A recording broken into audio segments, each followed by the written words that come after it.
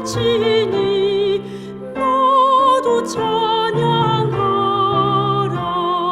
주의 섭리 고마워 모두 찬양하라. 우리 위해 행하신 그 신비의 역사, 예수님의 근사, 할렐루야.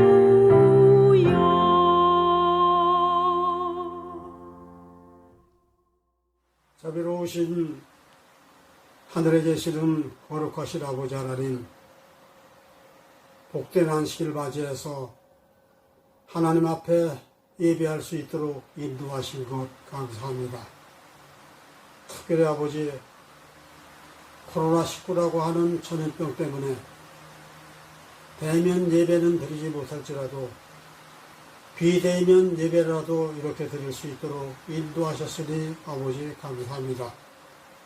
이 비대면 예배에 참석하는 모든 성도들 아버지 마음을 묶어주시고 하늘에 대한 소망 굳건히 해주시어서 어렵고 힘든 시기이지만 예수님의 재림을 사모하는 백성들 되도록 주님 축복해 주시옵소서.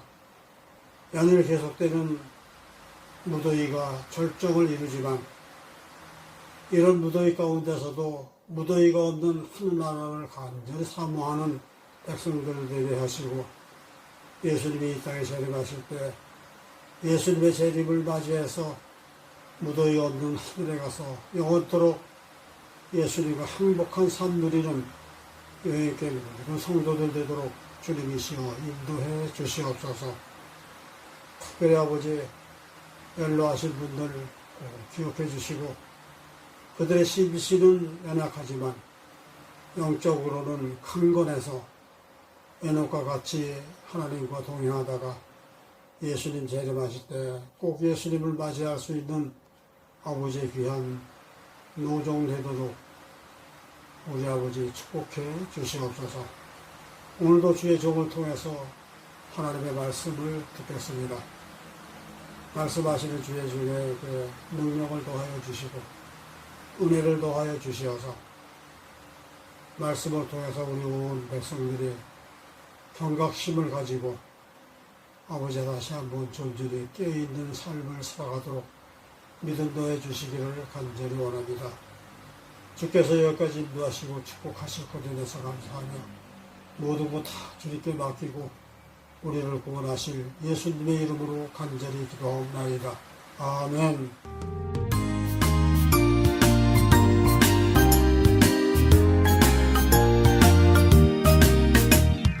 동그랗고 조그만 씨앗 하나 아무것도 없어 보이지만 알고 있니 그 속에 숨긴 비밀 하나님이 새겨놓은 꿈 하늘만큼 높이 높이 자라나 바다처럼 넓게 넓게 자라 세상 모두에게 행복 주는 멋진 나무의 것 하나님이 주신 꿈. 안녕하세요. 어린이 설교 시간입니다. 오늘 말씀의 제목은 믿음으로 자라나는 어린이, 믿음으로 자라나는 어린이라는 제목으로 함께 말씀 나누어 보겠습니다. 교회에서는 믿음이라는 말을 참 많이 하고 있습니다. 믿음이 뭔가요? 그럼 믿음이 중요한가요? 그 믿음을 어떻게 표현할 수 있을까요? 먼저 성경 이야기 하나 보도록 하겠습니다. 중풍병자를 낫게 하신 예수님.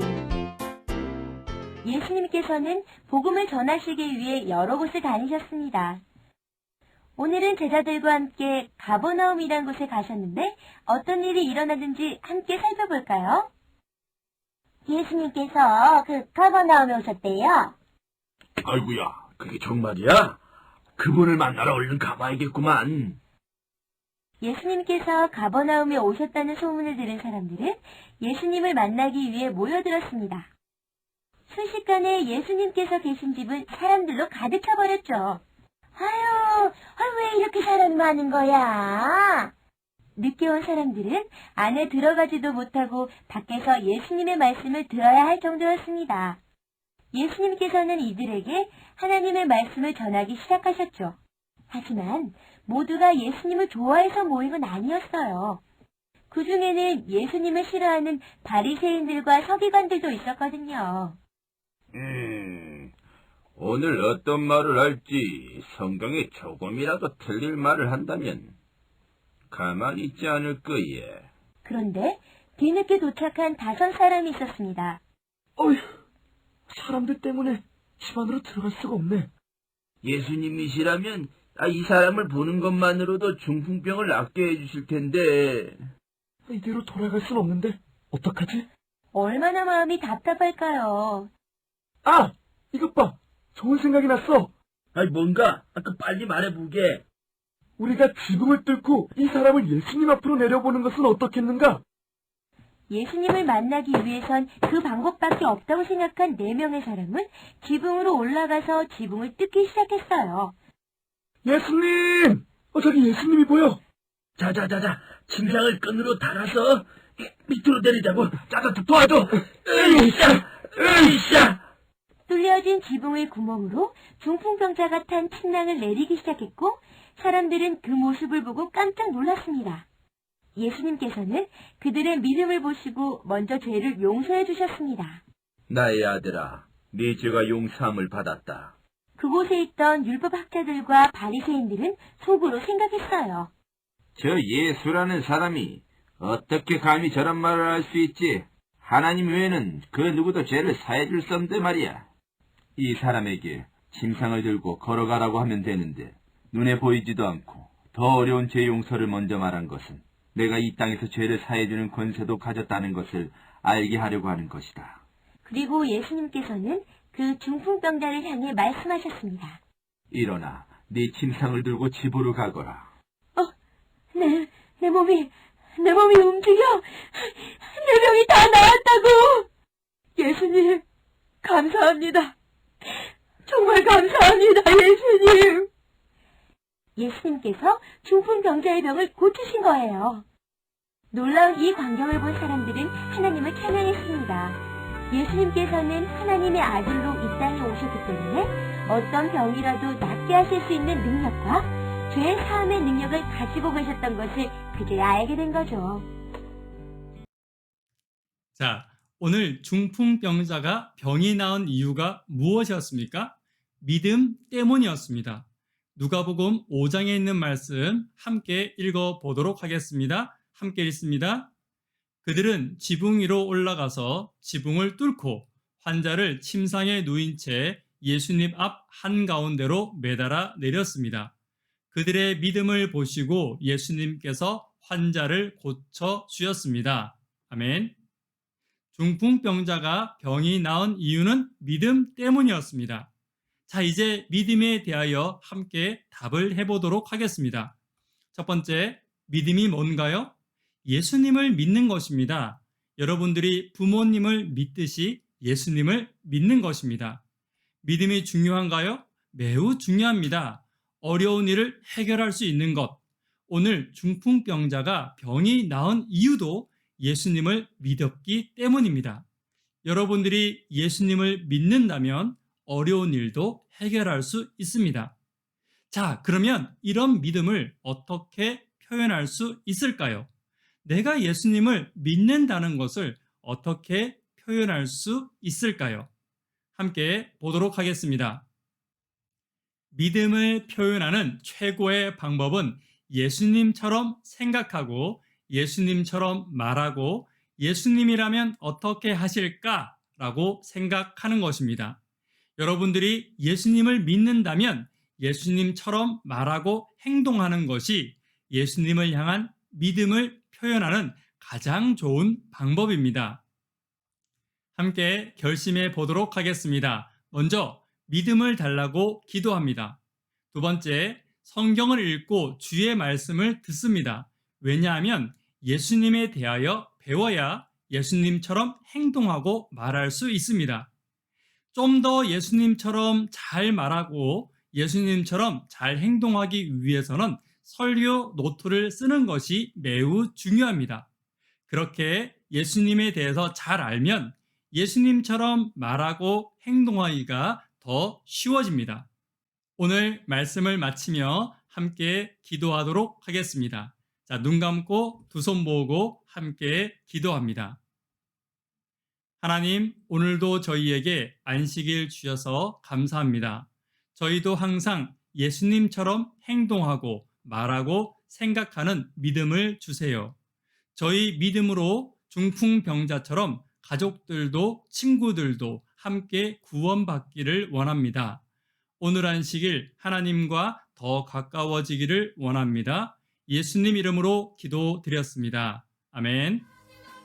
행복한 안식일 되시기를 목사님이 열심히 기도하겠습니다. 감사합니다. 세상 모두에게 행복 주는 멋진 나무 해는 것 하나님이 주신 분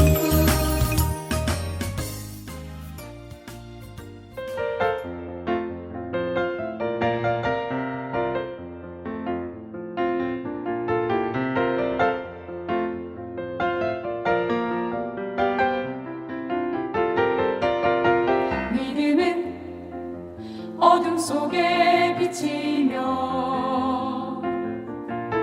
믿음은 약할 때에 강함이라 믿음은 낙심중에 용기며 믿음은 닫힌 문의 열쇠라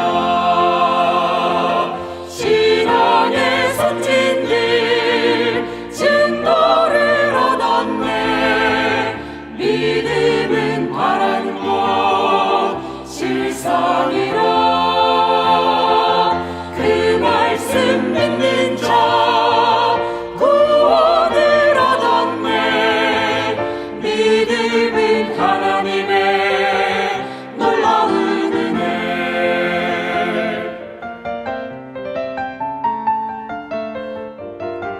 믿음은 외로울 때 위로자 외로울 때 위로자 믿음은 우리 삶의 등불이라 우리 삶의 등불이라 믿음은 나의 친구 동역자 나의 친구 동역자 믿음은 넘어질 때 의지라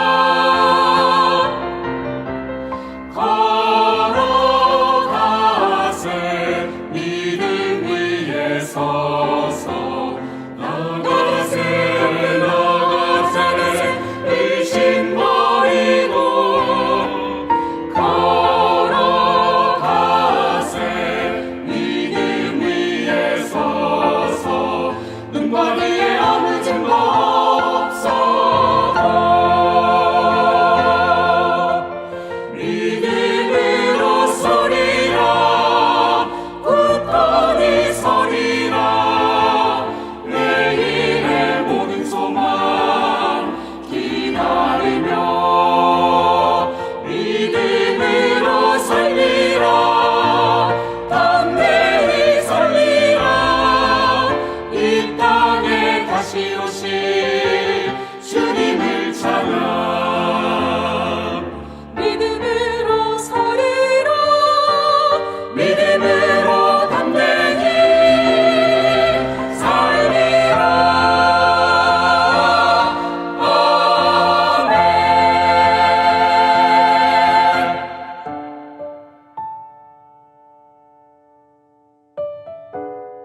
안녕하세요. 모든 분들에게 평안이 있기를 간절히 바랍니다. 오늘 말씀은 하나님의 백성은 고민도 다르다. 하나님의 백성은 고민도 다르다라는 제목으로 하나님 말씀 증거하도록 하겠습니다. 본문의 말씀은 데살로니가 전서에 있는 말씀입니다. 함께 읽도록 하겠습니다. 13절부터 읽습니다. 형제들아, 자는 자들에 관하여는 너희가 알지 못함을 우리가 원치 아니하노니 이는 소망 없는 다른 이와 같이 슬퍼하지 않게 하려 함이라. 우리가 예수에 죽었다가 다시 사심을 믿을진대 이와 같이 예수 안에서 자는 자들도 하나님이 저와 함께 데리고 오시리라. 우리가 주의 말씀으로 너희에게 이것을 말하노니 주 강림하실 때까지 우리 살아남아 있는 자도 자는 자보다 결단코 앞서지 못하리라.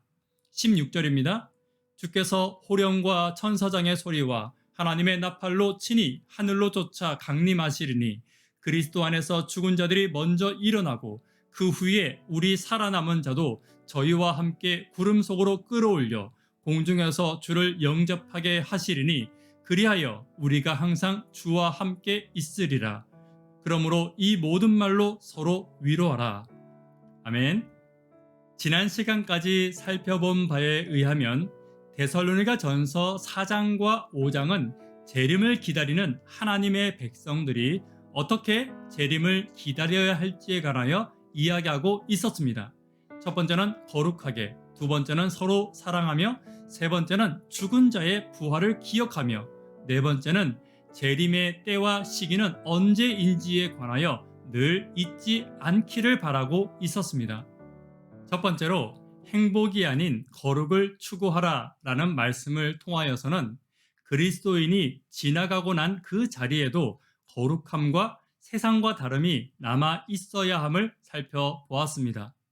두 번째 시간은 적극적으로 사랑하며 살라라는 말씀을 통하여서 예수 그리스도의 십자가를 생각하며 나의 가치 있음을 먼저 기억할 수 있어야 하며, 또한 적극적으로 선을 행하는 태도가 중요하다라고 말씀드렸습니다. 많은 그리스도인들이 죄를 짓지 않는 것이 삶의 목적이고 신앙을 잘하는 것처럼 느끼고 있습니다. 사실은 그렇지 않죠. 예수님이 가르쳐 주신 신앙은 악을 행하지 아니하고 죄를 안 짓는 신앙이 아니라 혹 실수한다 하더라도 적극적으로 선을 행하고 적극적으로 타인을 사랑하는 것임을 함께 이야기해 보았습니다.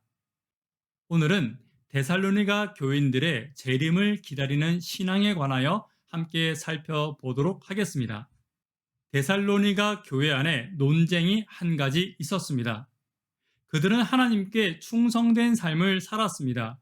그러다 보니 그들 가운데 순교하는 자들이 많이 생겨났습니다.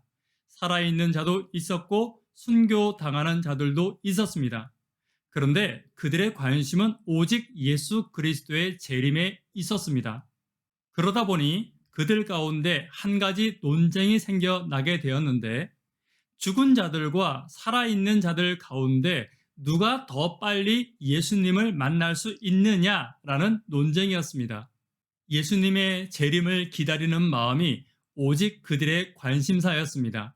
그렇기에 죽고 사는 것이 문제가 아니라 만약에 내가 순교하여 예수님을 빨리 만날 수만 있다면 그것이 그들의 행복이었습니다. 지금의 그리스도인들은 어떤 고민을 가지고 있습니까? 혹 넓은 아파트, 안락한 가정, 또한 편안한 일자리, 더 많은 월급, 이런 것이 혹 저와 여러분들의 관심은 아닙니까? 재림을 기다리는 백성들에게 있어서 최고의 관심사는 무엇이냐라고 바울은 오늘 저와 여러분들에게 묻고 있는 것입니다. 데살로니가 교인들은 조금이라도 더 빨리 예수님을 만날 수 있다면 지금이라도 당장 순교의 자리로 달려가고, 혹 살아있는 자들이 예수님을 먼저 만나게 될 것 같으면 내가 지금 있는 자리에서 최선을 다하여 살아가며 예수님의 재림을 준비하겠다라고 말하고 있는 것입니다. 저와 여러분들은 이미 답을 알고 있습니다.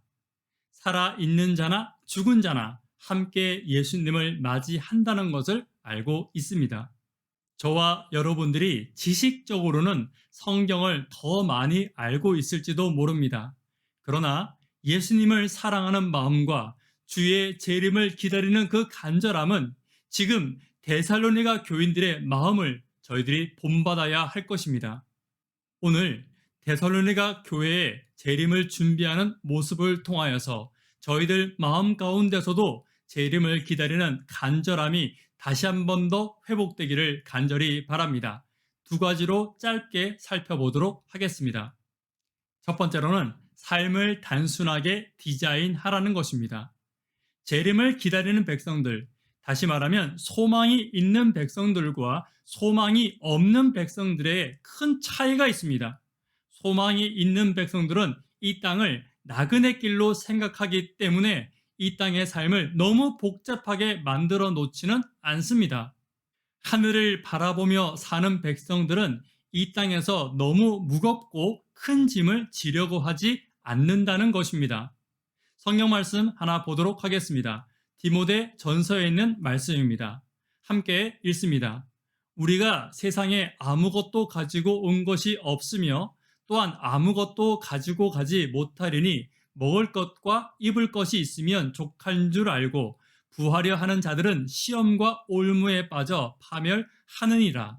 먹을 것과 입을 것이 있으면 만족할 줄 알아야 한다는 것입니다. 아침 다 드셨죠? 혹 안 드신 분은 입맛이 없어서 안 드신 것이지 먹을 것이 없어서 굶으신 분은 안 계실 것입니다. 자본주의 사회에서는 돈을 많이 가지는 것이 행복인 것처럼 말합니다. 그래서 광고에 나오는 집에 살고, 광고에 나오는 차를 타고, 광고에 나오는 곳에 여행을 가는 것이 행복인 것처럼 말합니다. 여러분 정말 그것이 행복입니까? 저는 이렇게 생각합니다. 무엇을 먹느냐보다 더 중요한 것은 누구와 먹느냐이고 어디를 가느냐보다 더 중요한 것은 누구와 가느냐입니다. 광고에 나오는 맛집에 가서 밥을 먹는 것보다 사랑하는 성도들과 함께 순두부 한 그릇, 청국장 한 그릇 먹는 것이 훨씬 더 맛있고 가치 있는 시간 아닙니까? 또 광고에 나오는 해외여행을 가는 것보다 사랑하는 가족과 혹은 사랑하는 성도와 함께 근처 산정 호수라도 가는 것이 더 값지고 행복한 일 아닌가요? 잠언에 있는 말씀 하나 보도록 하겠습니다. 다투는 여인과 함께 큰 집에 사는 것보다 움막에 혼자 사는 것이 나으니라. 성경은 끊임없이 우리에게 무엇을 먹느냐가 아니라 누구와 먹느냐, 어디를 가느냐가 아니라 누구와 함께 있느냐를 매우 중요하게 상기시킵니다. 예수님과 함께 있는 것, 예수님과 함께 먹는 것, 예수님과 함께 동행하는 것이 저와 여러분들에게 중요하다는 것입니다. 그러기 위해서는 세상의 짐들을 조금 내려놓을 필요가 있습니다. 성경은 저와 여러분들을 나그네라고 이야기합니다. 나그네의 특징은 짐이 없어야 한다는 것입니다. 짐이 없어야 조금 더 자유롭게 다닐 수 있는 것입니다. 여러분, 자전거 타보지 않으셨습니까? 어떤 자전거가 좋은 것입니까? 이것저것 화려하게 많이 붙어 있는 자전거입니까? 아니죠. 자전거를 잘 탈수록 좋은 자전거일수록 가볍고 군더더기, 액세서리가 없어야 더 좋은 자전거입니다. 저는 재림을 기다리는 가치 있는 백성들도 자전거와 다르지 않다고 생각합니다. 재림을 기다리는 거룩하고 값비싼 주의 백성들은 조금 세상의 짐들을 내려놓을 수 있어야 더 빨리, 더 확실히, 더 아름답게 살아갈 수 있는 것입니다. 아프가니스탄은 전 세계에서 가장 많이 지뢰가 매설된 지역입니다. 많은 사람들이 지뢰 위를 왔다 갔다 합니다.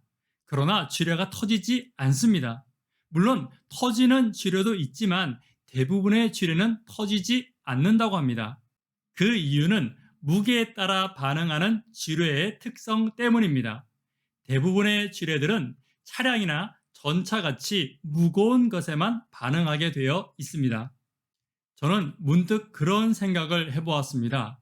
내가 만약에 대전차 지뢰를 밟고 죽으면 이것이 순교일까? 라는 생각도 살짝 들었습니다. 마찬가지로 우리의 인생이 너무 무거우면 악한 마귀가 깔아놓은 지뢰에 터지기도 쉽습니다. 인생을 단순하게 살아가면 마귀가 유혹할 거리도 그만큼 줄어드는 것입니다. 많은 사람들이 돈에 관하여 복잡하게 살아갑니다. 다시 말하면 돈에 대하여 유혹받기 쉽다는 것입니다. 그런 사람들에게 마귀는 틀림없이 돈으로 유혹하게 되어 있습니다. 너무 시시하지 않습니까? 돈만 주면 넘어지는 사람, 돈이면 틀림없이 유혹할 수 있는 사람, 저와 여러분들이 그런 사람은 되지 않게 되기를 간절히 바랍니다. 바울은 그의 삶을 매우 단순하게 디자인했습니다. 고린도후서에 있는 말씀 함께 보도록 하겠습니다. 우리가 만일 미쳤어도 하나님을 위한 것이요. 바울은 스스로에게 말합니다. 나는 하나님께 미쳤다고. 그리고 그는 예수님 외에 다른 모든 것들을 배설물로 여긴다라고 말하고 있습니다. 믿지 않는 자들이 보기에는 바울이 정말로 미친 것처럼 보였을 것입니다. 높은 지위도 버렸으며 많은 재산도 다 버렸습니다. 그리고 오직 한 가지 예수님에게만 그의 삶을 집중시켰습니다.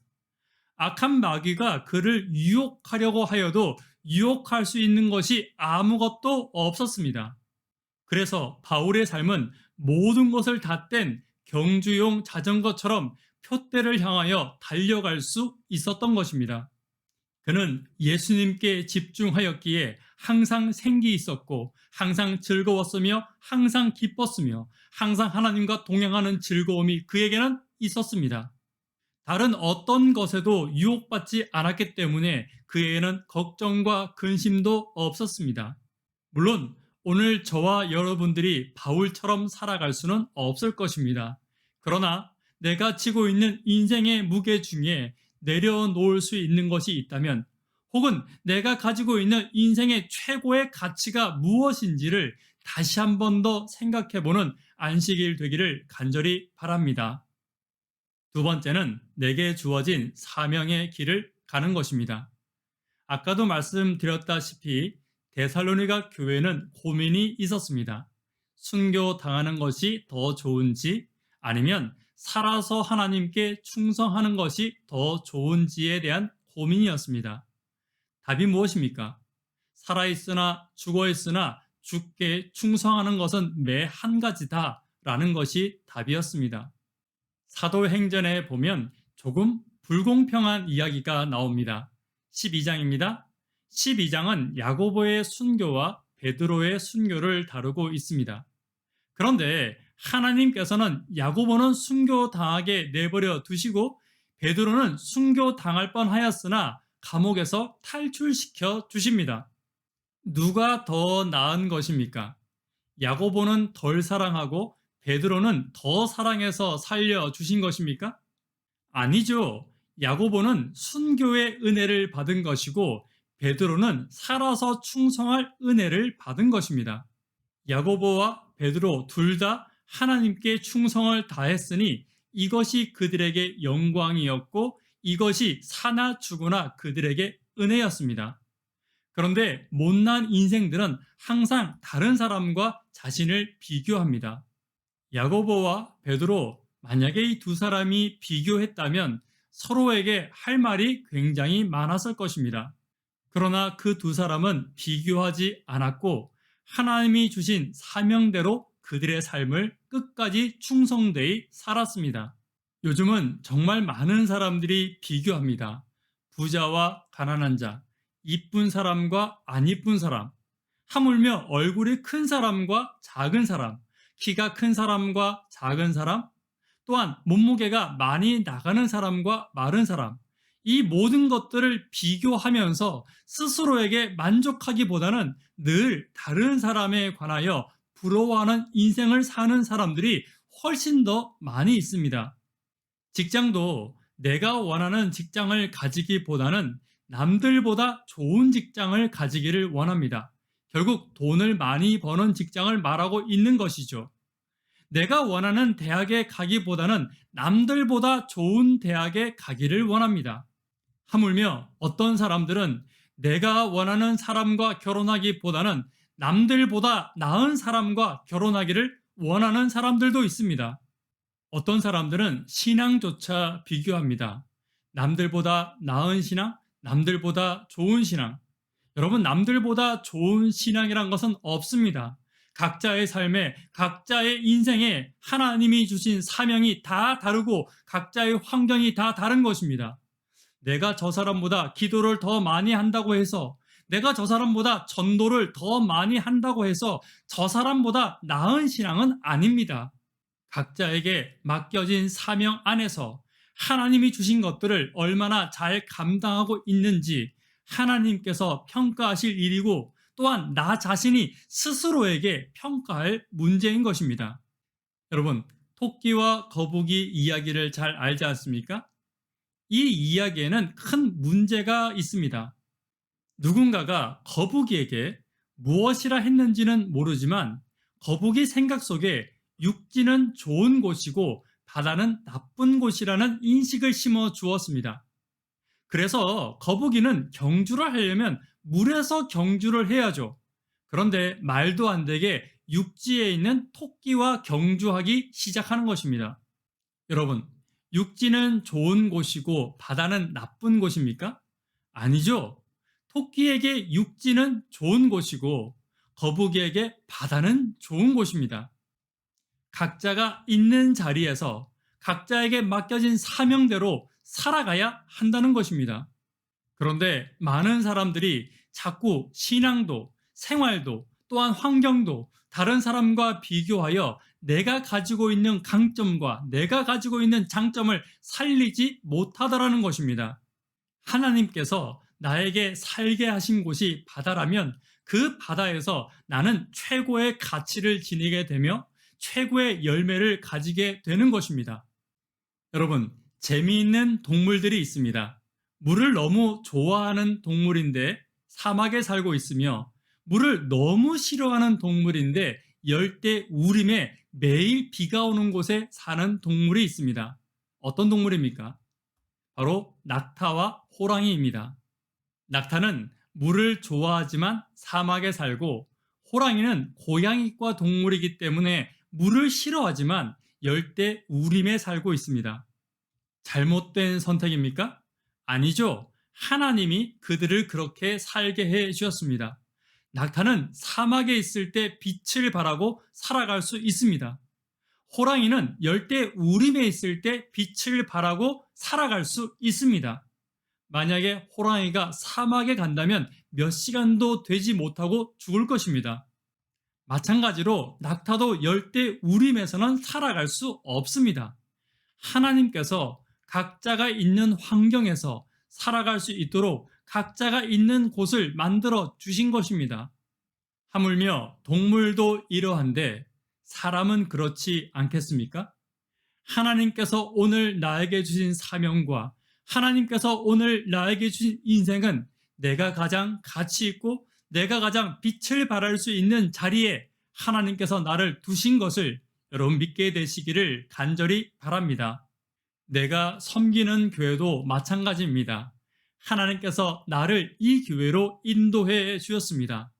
하나님께서 주신 이 교회에서 나의 가치와 나의 신앙과 나의 열매를 거두시는 저와 여러분 되기를 간절히 바랍니다. 말씀의 결론 맺도록 하겠습니다. 하나님의 백성은 고민도 다릅니다. 삶을 단순하게 디자인하십시오. 악한 마귀에게 유혹거리를 너무 많이 던져주지 마시게 되기를 간절히 바랍니다. 두 번째, 내게 주어진 사명의 길을 가야 합니다. 남들과 비교하여서는 절대로 옳은 길을 갈 수 없습니다. 하나님이 나에게 주신 가정과 직장과 교회에서 나의 가치를 발휘하시고 열매를 거두시는 저와 여러분 되기를 간절히 바랍니다. 하나님의 재림을 준비하는 백성들의 삶의 모습은 분명 달라야 합니다. 오늘 안식일 저와 여러분들의 삶이 주의 재림을 준비하는 삶이 되기를 간절히 바라며 말씀을 마치도록 하겠습니다. 감사합니다.